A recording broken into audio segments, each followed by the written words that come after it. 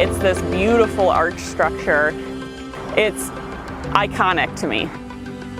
You have this major gorge right in front of the Hoover Dam. There's kind of nothing like it.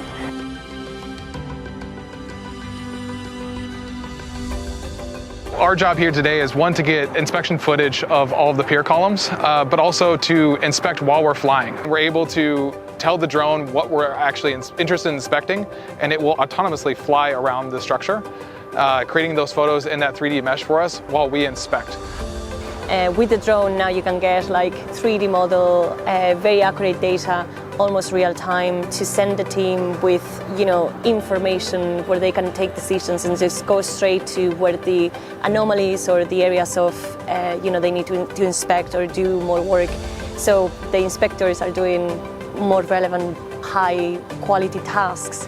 Drones are not going to be replacing the traditional methodologies, but are going to be improving or helping to improve and helping to optimize the inspection workflow.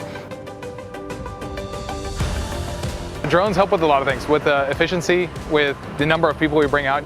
We have anywhere between 6 to 10 climbers on a job like this. For drone access, it's more 3 folks out here, so we're able to get more area covered. This is just another tool in the tool bag. We calculated a few years ago when we did this the first time that it saved us some money.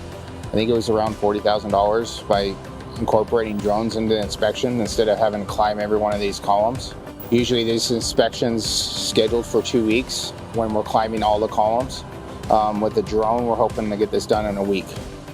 They're able to access almost everything we can access, and also some things we can access.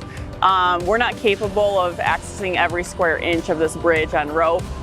Drones are able to at least almost get eyes on everything. So if we can see something with our eyes visually on rope that we're questioning, we can have a drone fly closer in.